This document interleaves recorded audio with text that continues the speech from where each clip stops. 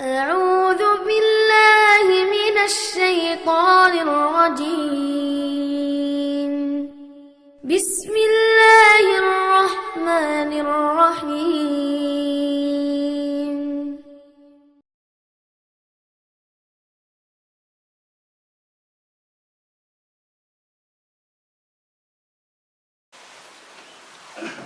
بسم الله والحمد لله والصلاة والسلام على رسول الله.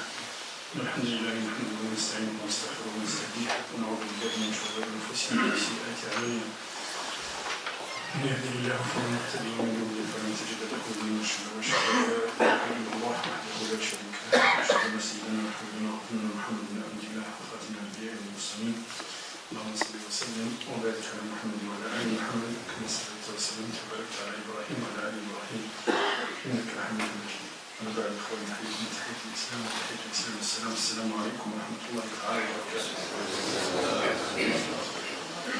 On va essayer de répondre une dizaine de minutes, Inch'Allah, à certaines questions qui sont importantes. Alors, يجوز للمرأة الحائض أن تمس المصحف وأن تحضر الدرس في المسجد. Est-ce qu'une femme en période de menstrues peut-elle toucher le Coran, enfin le Mus'haf, le livre, et peut-elle assister à des cours dans la mosquée? Alors, assister à des cours dans la mosquée, non. La femme, quand elle est en état de menstrues, elle ne reste pas dans la mosquée. Si le cours se déroule ailleurs, il n'y a pas de problème. Mais ce Mus'haf, toucher le Coran ou le livre du Coran, parce que pendant les menstrues, est-ce qu'elle peut réciter le Coran? Oui, elle peut réciter le Coran, il n'y a pas de souci par rapport à ça. Quel insan quand l'insan il est en état de sueur, quand un homme est en état de sueur qui doit faire de grandes ablutions, est-ce qu'il peut toucher le Mus'haf? Non. Est-ce qu'il peut lire le Coran comme ça, le réciter de tête? Oui, il peut le faire. Okay? Est-ce qu'il peut lire le Coran sur l'iPhone ou sur son portable? Oui, il peut le faire. Okay? Voilà. Donc, par rapport à cette question, je pense que c'est bon. Alors, il y a... j'ai reçu une question d'un frère qui dit que voilà, sa femme elle est en 3 mois et demi à peu près de grossesse et que les médecins ont détecté que les liquides amniotiques, c'est que le liquide amniotique dans lequel baigne le bébé quand il est en état de gestation dans le ventre de la maman, c'est aussi. Le liquide amniotique, en fait, elle a perdu presque tous les liquides amniotiques dans le ventre. Du coup, le liquide amniotique, il permet quoi? Il permet que le bébé il mange avec. Le bébé, il respire avec. Tous les déchets du bébé sortent à travers le liquide amniotique.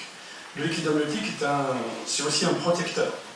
L'insan ou l'intérieur de Allah, il a tout ça. On fait un faussicum. Regardez en vous-même. Et nous sommes tous passés par là, les frères. Tous. Nous étions tous dans le monde de moment. Nous sommes tous...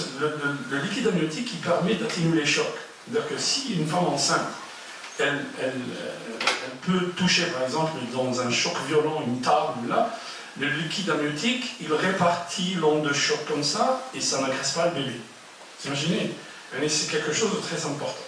Le frère, il dit que le médecin dit que la femme a perdu, ils ont fait une échographie, a perdu le liquide amniotique. Donc, les médecins ont discuté avec eux, est-ce qu'ils peuvent procéder à l'extraction du bébé, c'est-à-dire descendre le bébé, sachant que le bébé, s'il continue son état de grossesse, si la femme continue son état de grossesse, il y a de fortes chances que le bébé soit un handicapé. Donc soit handicapé mental, soit handicapé moteur, soit handicapé... D'abord, est-ce qu'on descend le bébé ou pas? Le frère dit, est-ce qu'on descend le bébé ou pas? Bon, attendez. Ouais. D'abord, c'est pas à moi de dire, parce que d'abord, il faut que un groupe de savants se réunisse et dit si on peut descendre le bébé ou pas. Ça, c'est la première. La seconde, il nous faut l'avis d'un médecin musulman. L'avis d'un médecin musulman, pourquoi l'avis d'un médecin musulman? Parce que le médecin musulman prend en considération la crainte d'Allah subhanahu wa ta'ala. Ok? Le bébé, Rasul sallallahu alayhi wa dit, au bout de 40 jours de grossesse, Allah subhanahu wa ta'ala, il envoie un ange qui va écrire ce qu'Allah subhanahu wa ta'ala a destiné à cet être humain qui est dans le ventre de sa mère. Et au bout de 40 jours, il insuffle la vie. Donc, si c'est avant 40 jours, qu'il n'y a pas de problème s'il y a, alors ça c'est voilà, s'il y a une nécessité. De quelle nécessité on parle? C'est l'état de santé de la maman. لأن حياة الصبي وحياة الجنين ظنية وحياة الأم يقينية. Qu'est-ce que ça veut dire? Ça veut dire que la vie de la maman, c'est une vie réelle. Okay? La vie du bébé, c'est une vie conjoncturelle, si vous voulez. La vie de la maman, si la progression de la gestation du bébé dans le ventre de la maman crée des problèmes à la maman, là, il n'y a aucun problème. Okay? Mais si on n'est pas dans ce cas, on laisse le bébé vivre. Et combien de fois on a dit aux gens que le bébé va être mouchawa, va être handicapé, va être...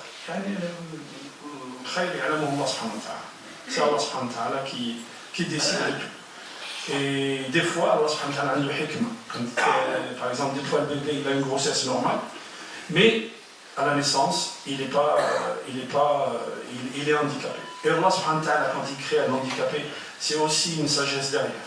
C'est pour que, c'est pour que nous, qui avons une santé que Allah subhanahu wa ta'ala nous a donnée, on puisse voir le bienfait d'Allah subhanahu wa ta'ala. Ok? Sallallahu salama et qu'Allah subhanahu wa ta'ala aide ce frère dans son épreuve, parce que c'est une grosse épreuve, et surtout pour la maman. Et vous savez que quand la maman, il y a ce qu'on appelle quand la maman elle accouche, il y a ce qu'on appelle une dépression postnatale. C'est-à-dire que la maman, c'est pour ça qu'elle est rahma, Allah subhanahu wa ta'ala le Rasul sallallahu alayhi wa sallam nous dit Inna lillahi mi'atu rahma. Allah subhanahu wa ta'ala il a une centaine de miséricordes.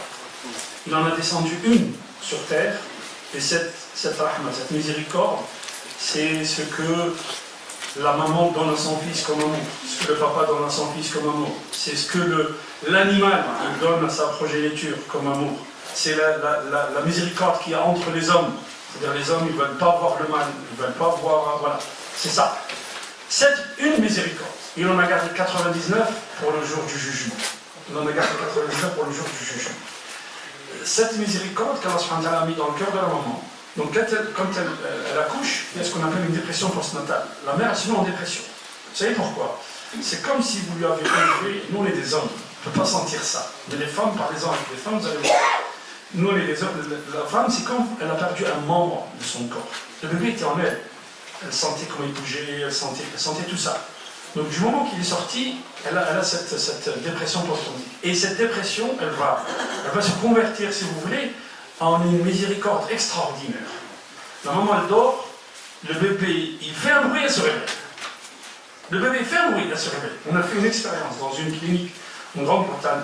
On a placé une dizaine de mamans, comme ça en face, et on a placé une dizaine de leurs bébés. Mais on n'a pas mis le bébé en face de sa mère. On les a éparpillés, c'est vrai. On a mis la maman là-bas, et le bébé ici, notre maman là, son bébé là, et ainsi de suite.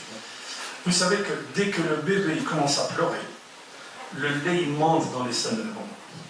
Même si la maman est là-bas, le bébé pleure ici, le lait monte, comme ça.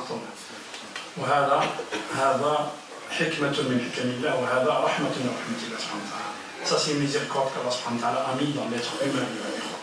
والوالدات يرضعن أولادهن حولين كاملين لمن أراد أن يتم الرضاعة. Allah subhanahu wa ta'ala dit sur le Coran, les femmes allaitent leurs enfants 2 ans complets pour celles qui veulent aller jusqu'au bout de l'allaitement. Yani ajib. Je vous dis ça, les gens dans le monde musulman, ils connaissaient ces choses-là, mais qira'at al-Qur'an. Et vous allez là, aux archives, aux archives qui sont là à Aix-en-Provence, vous allez voir ce que les officiers français écrivaient quand ils allaient dans les pays musulmans. Ils disaient qu'en 1830, dans la campagne des pays musulmans, les gens étaient lettrés, ils savaient tout ça. Pourquoi? Parce qu'ils avaient lu le Coran. Parce qu'ils avaient appris le Coran. Donc ils connaissaient que l'allaitement allait jusqu'à 2 ans, et que du coup, aujourd'hui, la science nous dit que l'espacement de naissance, c'est minimum combien? 2 ans. Pourquoi? Parce que pendant la période d'allaitement agit comme un contraceptif naturel. Et d'ailleurs, quand on a étudié comment sortir les contraceptifs, la formule chimique des contraceptifs, on a regardé l'hormone qui est sécrétée par le cerveau pendant l'allaitement. On a ajouté cette hormone dans le médicament. Ajib au Coran, hein? Ajib. Tout ça, c'est dans le Coran, ayyuha al-ikhwa. Mais le problème, c'est que quand on dit il y a des cours de Coran, le dimanche matin dernier, on s'est retrouvé avec 3 gamins. Allez. On a parlé dans une autre Jumu'ah, ayyuha al-ikhwa, on a parlé sur l'Isra, on a dit Ba'athna alaykum ibadan lana, hal nahnu ibadullah. Est-ce qu'on est des serviteurs, des vrais serviteurs d'Allah subhanahu wa ta'ala? Ok, je vais finir avec ça. Je reçois beaucoup de questions, de mails sur les conflits conjugaux, les conflits. Donc souvent, quand je reçois des mails, c'est une partie qui parle. Soit c'est l'homme qui parle, soit c'est la femme qui parle. Donc des fois, quand c'est la femme qui parle, l'homme, il a tous les malheurs du monde. Mais quand c'est l'homme, c'est pareil. Hein. D'abord, quand on ne peut pas répondre comme ça, il faut écouter les deux parties. Voilà, vous ne savez jamais ce qui se passe à l'intérieur du couple. Il y a des problèmes dans le couple que vous ne savez pas. Comme parmi les gens, il y a Moussa al-Kharij wa Fir'aun al-Dakhil. Donc à l'extérieur, c'est Moussa alayhi salam, mais à la maison, c'est Fir'aun. Ok? Donc, bon. Alors, Khosumat en général, c'est parce que, parce que je vous ai dit, que quand il y a des problèmes à la maison, essayez déjà de couper la télé. Couper la télé, mettez le Coran, il faut chasser le shaitan de la maison. Et si on chasse le shaitan de la maison, vous allez voir que les choses vont s'apaiser. Si vous laissez rentrer le malaïka, les choses vont s'apaiser. Je ne vais pas rentrer dans des détails de conflits conjugaux, mais bon. Il y a des choses, par exemple, quand on dit aux gens, quand vous faites un aqd halal, un acte de mariage, faites-le aussi à la mairie. Parce que ça protège les droits. Et ça, c'est pas moi qui le dis, c'est les savants musulmans qui le disent. Parce que asl sharia, c'est quoi? C'est la protection des droits de l'individu. Si vous ne faites pas un acte civil à la maison, à la mairie, il n'y a pas de protection des droits, que ce soit pour l'homme ou pour la femme. Il y a combien d'hommes, la femme est partie au bout de 4 mois de mariage, quand elle était enceinte, elle est partie. Donc, faites-le, le frère. Pourquoi? On se marie comme ça, et après, quand les problèmes arrivent, ben, soit il ne reconnaît pas l'enfant, soit il la laisse, il n'y a pas de kafala derrière, il n'y a pas de dépenses pour elle.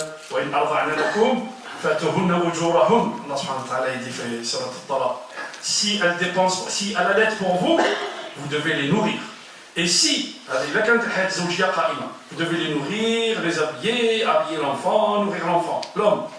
Mais s'il y a un divorce, il y a ce qu'on appelle une pension alimentaire que l'homme doit verser à la femme. Le Coran est descendu en 630. Ok? Il est descendu entre 610 et 630.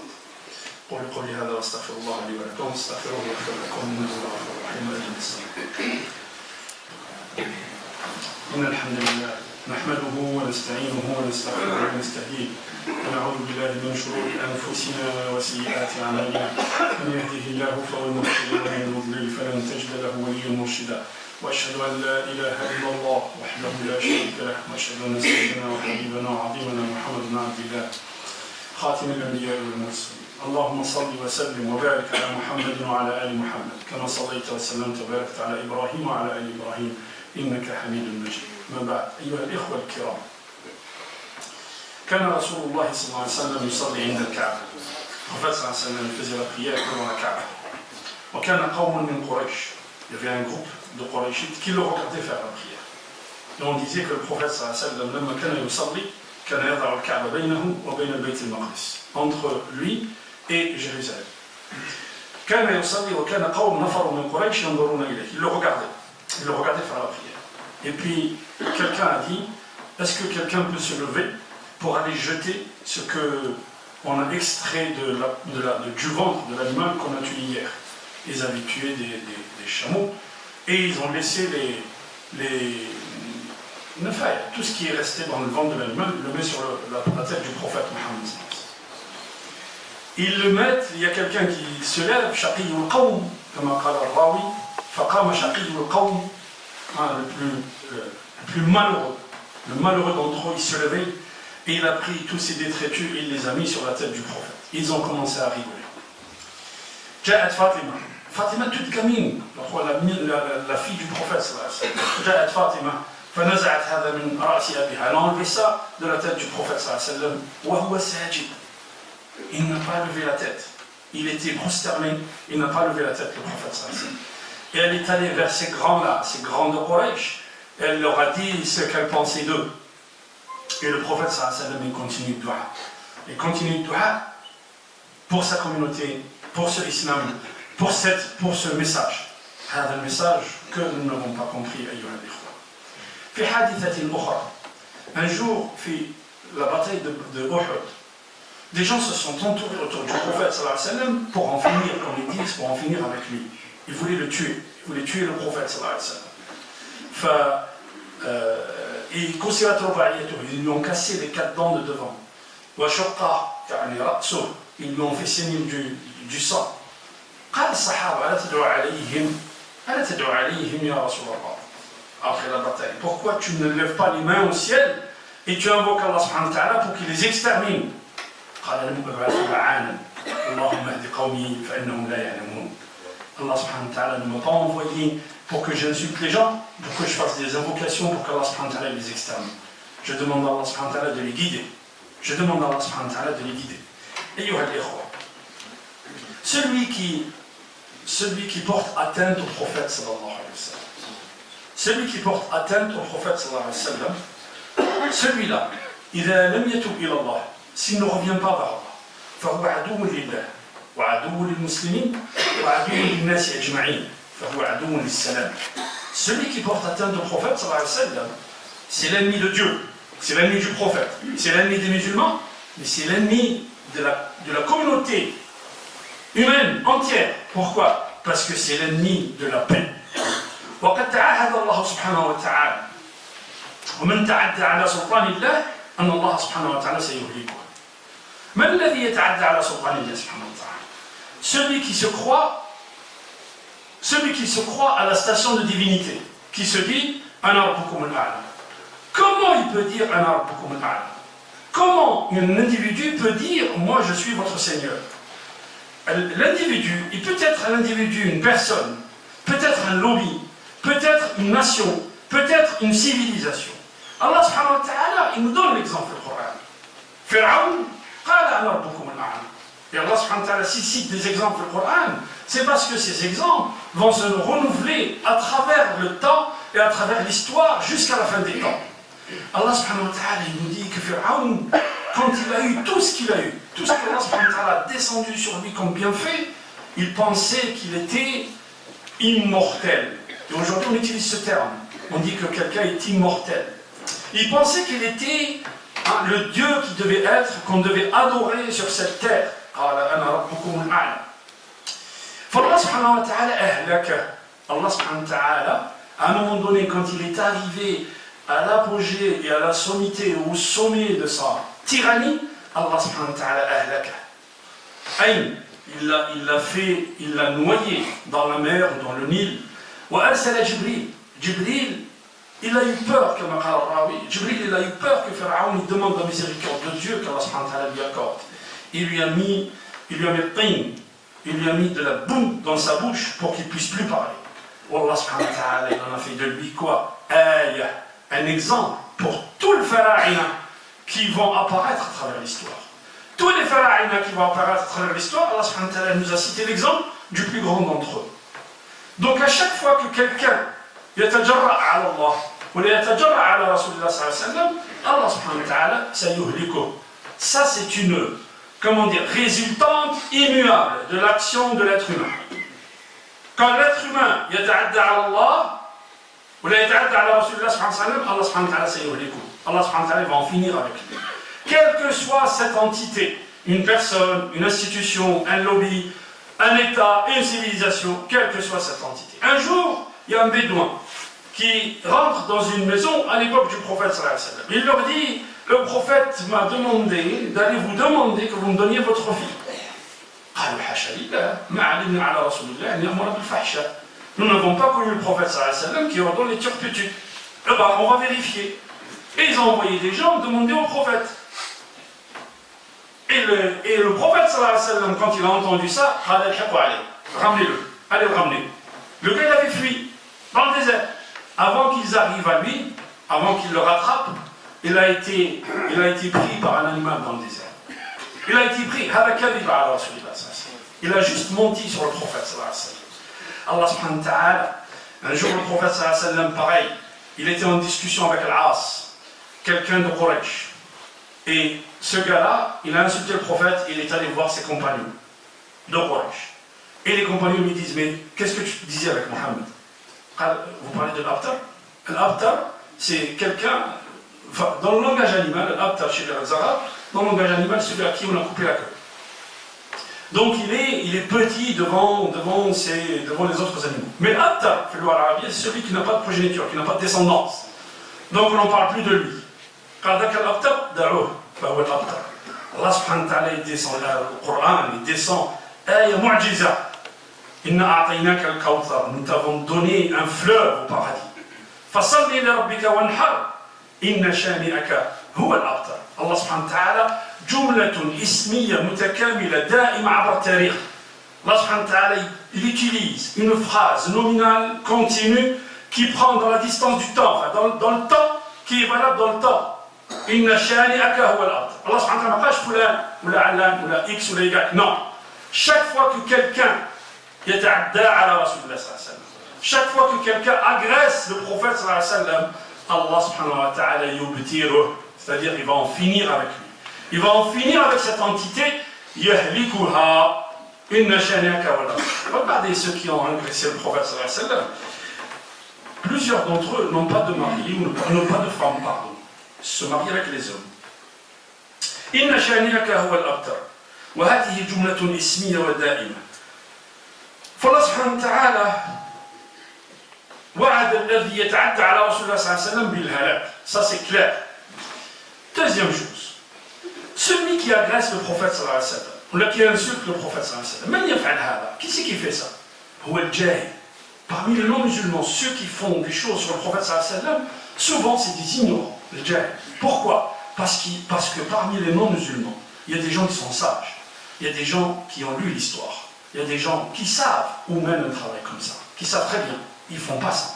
Mais le jahil, c'est lui qui mène son bateau vers la dérive. C'est lui qui fait ça, il mène son bateau vers la dérive. Et ce qui arrive, ayyuha al-ikhwa, huwa ta'dib lil muslimin.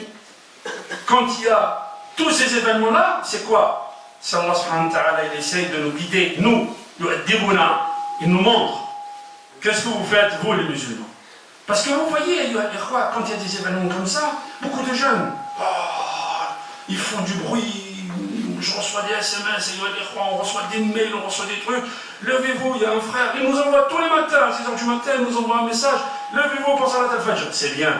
Je lui dis, Masha'Allah, c'est bien. Tu as compris que Salat, maintenant, c'est la seule arme par laquelle tu peux faire face à toutes les vicissitudes de la vie, à tous ces problèmes-là qui sont provoqués. La salat, c'est la seule chose. Allah subhanahu wa ta'ala, لما أمر الرسول صلى الله عليه وسلم, il lui dit, قبل أن يقول له إن شانئك هو الأبتر, وش قالوا؟ فصلي لربك وانحر. فصلي لربك وانحر. الله سبحانه وتعالى في القرآن يقول, ولقد كتبنا في الزبور من بعد الذكر أن الأرض يرثها عبادي. إن في هذا لبلاغا لقوم عابدين. وإن في هذا لبلاغا لقوم عابدين. وما أرسلناك إلا رحمة للعالمين. Allah subhanahu wa ta'ala في القرآن في سورة الأنبياء il dit, et nous avons certes écrit dans le Zabour. Le Zabour, ce sont les psaumes de David. Après l'avoir mentionné dans le livre céleste, que la terre sera agitée par nos meilleurs serviteurs, nos bons serviteurs, ou mes bons serviteurs. Ensuite il dit, il y a en cela un enseignement, une communication à un peuple d'adorateurs. Allah subhanahu wa ta'ala قال عبادية ما قالش الفاسقين الصالحين, celui qui est salih, celui qui est bon. ما قالش الفاسقين. إذن qu'est-ce que tu dois faire toi pour faire face à ça? يجب أن تكون جند من جنود الله سبحانه وتعالى. Il faut que tu sois un soldat de Dieu. Comment tu peux être un soldat de Dieu? Prends la bazooka? Non. Allah subhanahu wa ta'ala قال ولقد سبقت كلمتنا لعبادنا المرسلين أنهم هم المنصورون وإن جندنا لهم الغالبون. لو الإنسان ما يقرأ العربية وإن أداة توكيد ونصب, جندنا لا هم الغالبون, لا هم الغالبون. إن أداة توكيد ونصب ولام أداة التوكيد كذلك. Allah subhanahu wa ta'ala dit, nos soldats, ce sont eux qui seront secourus et ce sont eux qui auront gain de cause à la fin. Mais comment tu peux être soldat Est-ce qu'en agitant les papiers, il paraît dans des pays musulmans, tout le monde a mis une pancarte comme ça, Kuluna ma'a Muhammad. Ida aradta an takuna ma'a Muhammad. Si tu veux être avec Muhammad, quand Allah subhanahu wa ta'ala t'appelle, sois là. Donc si tu veux voir la Ummah comment elle est, regarde-la fi salat al-fajr. Si on veut voir la Ummah exactement comment elle est, regardez la Ummah fi salat al-fajr. Quand fi salat al-fajr, on sera aussi nombreux que fi salat al-jumu'ah, là la Ummah elle est bi khayr. Mais tant que fi salat al-fajr, toi tu gesticules, tu fais des manifestations, tu fais je ne sais pas quoi, et quand le mu'adhin il dit hayya ala salat, hayya ala al-falah, as-salatu khayru min an-nawm, tu remets la couverture sur toi. Eh bien ça c'est pas bon. Tu ne seras jamais soldat de Dieu. Comment tu peux être soldat de Dieu? Comment je peux être soldat de Dieu si je ne suis pas, et je ne me suis pas maîtrisé moi-même? Je ne peux pas maîtriser mon âme, je ne peux pas maîtriser mon sommeil. Comment, quand Allah subhanahu wa ta'ala t'appelle, tu ne réponds pas? Allah subhanahu wa ta'ala dit au prophète sallallahu alayhi wa sallam, Ya ayyuhal muzammil, قم الليل إلا قليلا نصفه وانقص منه قليلا أو زد عليه ورتل القرآن ترتيلا إنا سنلقي عليك قولا ثقيلا. في آية أخرى يدي وذرني والمكذبين وذرني والمكذبين لست عليهم بمسيطر وما أنت عليهم بجبار. في سورة قاف Allah subhanahu wa ta'ala dit, Allah subhanahu wa ta'ala t'a pas mis tyran sur eux. Il t'a demandé quelque chose à toi, à nous les musulmans, quoi? D'être soldat. D'être soldat quand il y a l'appel à la prière. Ton travail, toi le musulman, c'est ça. C'est que tu sois soldat lillah subhanahu wa ta'ala. Le reste, c'est le travail d'Allah.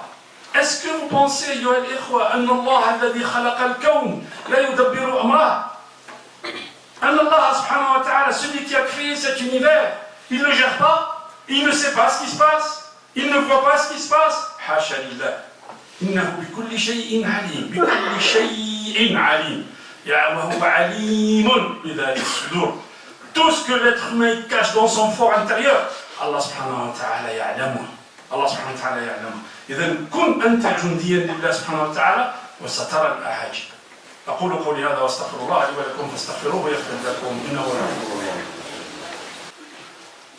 بسم الله والصلاة والسلام على رسول الله ولا حول ولا قوة إلا بالله. Allah subhanahu wa ta'ala, لما وعد عباده المسلمين والعباده الصالحين بالنصر والفوز أراد منا أن نكون عبادا له. Il a voulu qu'on soit des serviteurs de Dieu. Souvenez-vous, أيها الإخوة, في سورة الإسراء سبحان الذي أسرى بعبده إنه كان عبدا شكورا بعثنا عليكم عبادا لنا هل نحن عباد الله. Chacun de nous se pose la question, أيها الإخوة, est-ce que nous sommes vraiment des serviteurs d'Allah subhanahu wa ta'ala? Est-ce que quand Allah subhanahu wa ta'ala nous appelle et nous trompe? Allah subhanahu wa ta'ala nous dit dans une autre ayah que si Allah subhanahu wa ta'ala nasirun dina, Allah subhanahu wa ta'ala il va secourir cette nation. Mais est-ce qu'on veut faire partie de cette nation qu'Allah subhanahu wa ta'ala va secourir, ou est-ce qu'on va être à l'arrière du train? Est-ce qu'on va être à l'arrière du train, ayyuha al-ikhwa? وهذه سنة الله في الأرض. ثم قال بعدها في الآية وما أرسلناك إلا رحمة للعالمين. Nous t'avons envoyé seulement une miséricorde pour le monde. Pourquoi? لأن الله سبحانه وتعالى إذا أعطى لهذه الأمة قيادة البشرية. Quand Allah سبحانه وتعالى il donnera à cette nation ou à son islam ou à son قيادة البشرية فستعم الرحمة على وجه الأرض. ستعم الرحمة على وجه الأرض. Lisez l'histoire, lisez l'histoire. Où est-ce que les Juifs ont développé leur savoir? En Andalousie, chez les musulmans. Où est-ce que l'école de l'Alliance est développée? Dans les pays musulmans. Au Maroc, en Tunisie, en Égypte, en Irak. Où est-ce que les Juifs, quand ils ont été chassés d'Andalousie, ils sont partis? Une grande partie est partie en Afrique du Nord. Ça, c'est pas moi qui le dis, ce sont les historiens. Une grande partie est partie en Afrique du Nord. L'autre, elle est partie chez l'Empire, dans l'Empire ottoman, en Turquie, en Turquie actuelle. وما أرسلناك إلا رحمة للعالمين. لكن إذا أردنا أن نكون رحمة للعالمين فيجب أن نكون من عباده الصالحين. والعبد الصالح هو الذي يقف بين ربه حين يناديه. العبد الصالح, c'est celui qui est devant son Seigneur quand son Seigneur l'appelle. Staffu kama tastaffu al-malaika, c'est ce que dit le prophète sallallahu alayhi wa sallam. Je finis par une histoire. Une petite histoire sur Omar ibn Khattab. Radiallahu anhu. Omar ibn Khattab, radiallahu anhu, son peuple, il l'aimait beaucoup. Il l'aimait énormément. Pourquoi? Parce qu'il ne mangeait pas, il ne se rassasiait pas avant que les musulmans soient rassasiés. Pendant le Futuhat, pendant les conquêtes musulmanes, quand les musulmans ont conquis Cham, c'est-à-dire la Syrie actuelle, la Palestine, tout ça, Omar ibn Khattab est parti là-bas. Je vous ai raconté l'histoire. Et il est revenu. Et il a mis presque 6 mois à partir. Quand il est parti, les musulmans, il leur manquait beaucoup. Ils ont entendu, les gens de Médine ont entendu qu'Omar ibn Khattab est en train d'arriver. Ils sont sortis avec les femmes et les enfants. Avec les femmes et les enfants, ils sont sortis pour accueillir Omar ibn Khattab. Masirata Yawm. Pendant une journée, ils ont marché pour réceptionner, faire une grande réception à Omar ibn Khattab. Et quand ils se sont retrouvés avec le Jaysh, avec l'armée, ils ont fait une grande fête. Ils ont bivouaqué, ils ont fait une grande fête là-bas. Du coup, les enfants étaient très fatigués. Regardez bien, et Omar ibn Khattab avait demandé à ce que les enfants, apprennent le Coran. Donc ils avaient 2 temps, les enfants. Après le Fajr, jusqu'à Duha, et après le Dohr. Ils apprenaient le Coran le matin et l'après-midi. Du coup, quand ils sont revenus à Médine, les enfants étaient exténués, très fatigués. Beaucoup d'entre eux ne sont pas venus au cours du Coran. Omar ibn Khattab a décrété que pendant 2 jours dans la semaine, le jeudi et le vendredi, il n'y aura pas cours pour les enfants. Non, ouais, il n'y avait pas Charlemagne en français. قولوا قولي هذا واستغفر الله لي ولكم. أيها الإخوة، أخوكم يطلب منكم الدعاء له ولزوجته ولصبيه. نسأل الله